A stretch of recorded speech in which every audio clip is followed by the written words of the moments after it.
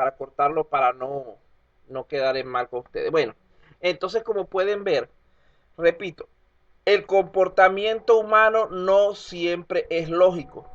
Y el mejor ejemplo de eso son asesinos seriales, gente con problemas de esa clase, que muchas veces parecen normales a simple vista, pero terminan haciendo cuestiones que para nuestra lógica no son adecuadas. Bueno, vamos a continuar entonces. Vean que lo que es la decisión de las personas, el comportamiento humano, puede ser en todo momento diferente o inesperado del lógico, ya que intervienen diversos valores y principios individuales, tales como el miedo a la muerte, como dijo el compañero, el instinto de autopreservación, las creencias religiosas, la culpa, las emociones, etcétera, pudiendo incluso muchas veces es común actuar en términos egoístas, es decir, me salvo yo y los demás no importan porque no los conozco. Entonces, y vieron cómo cambia la situación cuando sí conocemos a los afectados. Ya creo que para terminar estamos en la parte de funcionamiento básico de un sistema experto. Los sistemas expertos, como ya habíamos dicho, son máquinas que emulan la forma habitual de pensar y razonar de un especialista humano en cierta área o campo del conocimiento. Vean que para este tipo de sistemas, en primer lugar vamos a ver un ejemplo de un sistema experto médico. Fíjense que para este tipo de sistema médico tenemos como entrada los síntomas del paciente, tenemos los resultados de ciertos análisis clínicos, tenemos la historia médica del paciente y otros datos relevantes, como por ejemplo antecedentes familiares, información socioeconómica, condiciones del ambiente donde se desenvuelve, etcétera. Es decir, sí, no, si tienen otra clase no importa. Es decir, las características del que las mismas características, las mismas cuestiones que le preguntaría el experto humano, la misma información que requeriría el experto humano. Luego, en base a esta información, se realiza todo un proceso, el cual consiste en buscar en nuestra base de hechos y reglas. Vean que ya no estamos hablando de una base de datos, al hablar de hechos y reglas estamos hablando de una base de conocimientos que es mucho más potente, lo que son las adecuadas para identificar dicha enfermedad.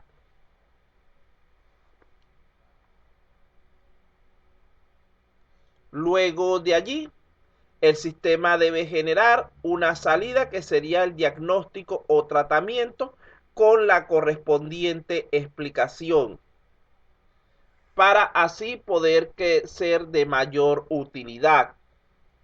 De allí que el sistema experto no solo realiza las funciones tradicionales de manipular grandes cantidades de datos, sino que también trabaja los mismos de forma tal que el resultado sea inteligible, que tenga un significado para responder a preguntas incluso no completamente especificadas.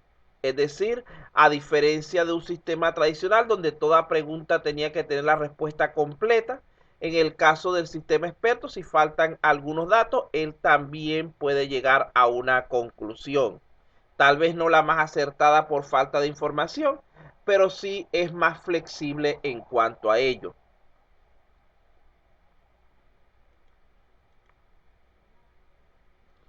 En cuanto a los tipos de sistemas expertos, vean que vamos a hablar de dos, que serían los determinísticos y los probabilísticos o estocásticos. Cuando hablamos de sistemas determinísticos, estamos hablando de aquellos que se basan en reglas, donde no existe la incertidumbre. Mientras que cuando hablamos de los probabilísticos o estocásticos, estamos hablando de sistemas basados en porcentajes, donde se maneja el concepto de la incertidumbre. El sistema determinístico es mucho más simple de construir, pero está más limitado en cuanto a las situaciones que pueden ser tratadas por él, mientras que el sistema probabilístico es más complejo, pero en teoría podría tratar cualquier tipo de situación del mundo real, es decir, con sistemas probabilísticos llegamos a conclusiones más acertadas y más similares a las que daría un experto humano. De todas maneras, estos elementos que estamos hablando hoy acerca de los sistemas expertos van a ser explicados en más detalles en clases posteriores. Ya estamos terminando con nuestro contenido por hoy. Como ustedes saben, los elementos básicos del sistema experto serían esos tres que tienen en pantalla. Por un lado estaría el experto humano, que es la persona que tiene originalmente el conocimiento. En el extremo contrario tenemos al usuario, que es aquella persona que necesita de ese documento y que no tiene ese nivel para resolver ese problema por su propia cuenta. En la parte media tenemos el computador, que se encarga de almacenar y gestionar el conocimiento que recibe del experto para ponerlo a la disposición del usuario. La única forma de poder unificar estos elementos es a través del desarrollo de interfaces adecuadas. De allí que podríamos ver el sistema experto de la siguiente manera.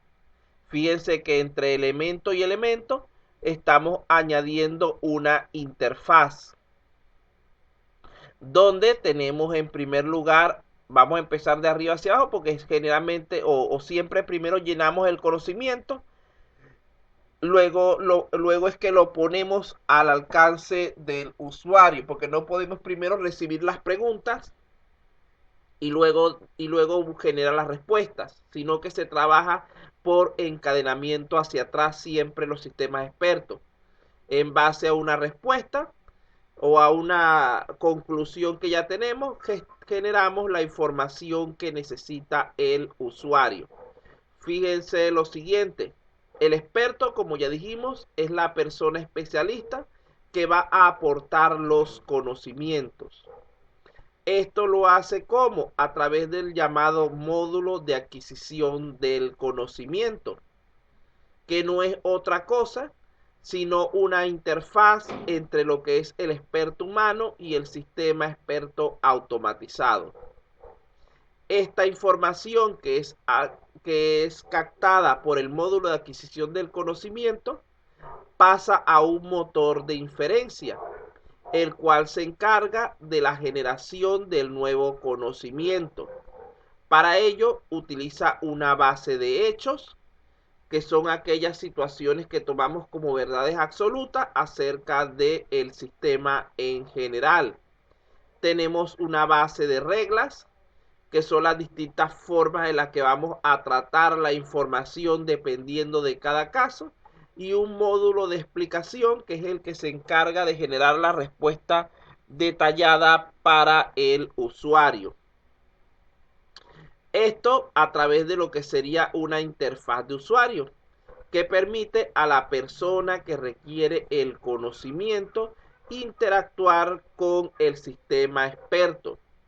Esta persona que requiere del conocimiento o que consulta el sistema es a lo que denominamos usuario. Allí tenemos,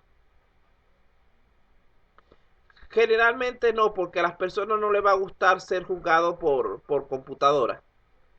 Podría que usaran el sistema experto como apoyo, pero no que van a tener una computadora que se encargue de juzgar todo, porque aparte de que va a haber desconfianza porque van a pensar que puede ser manipulado, hackeado, etcétera, y entonces los inocentes van a ir presos porque no tienen manera y los poderosos gánster culpables van a quedar libres porque ellos tienen los medios para pagar para que ese sistema sea alterado. Entonces, realmente el sistema judicial no puede que lo usen, repito, como apoyo. Que ese sistema experto genere una, digamos que no traje como experto en sí, sino como gerencial, donde él genere una información, le proponga una alternativa de solución a lo que es esa persona encargada de la toma de decisiones. Pero para ese tipo de cuestiones tan delicadas, generalmente la persona no va a aceptar mucho que una computadora decida el destino de su vida. Por aquí, de momento, hasta aquí llegaría el contenido que tenemos para el día. Ahora bien, yo tengo para ustedes casualmente, tengo un material adicional que preparé. Lo estaba preparando durante las vacaciones en momentos que digamos que estaba desocupado. Y es algo opcional. El que quiera revisarlo, puede revisarlo, etcétera. Ahí está. Copien ese link, por favor. Y vamos a echarle un pequeño vistazo en este momento. Voy a comer por un momentico a quitar aquí la pantalla para pasar a modo de pantalla completa y hacer la visualización correspondiente.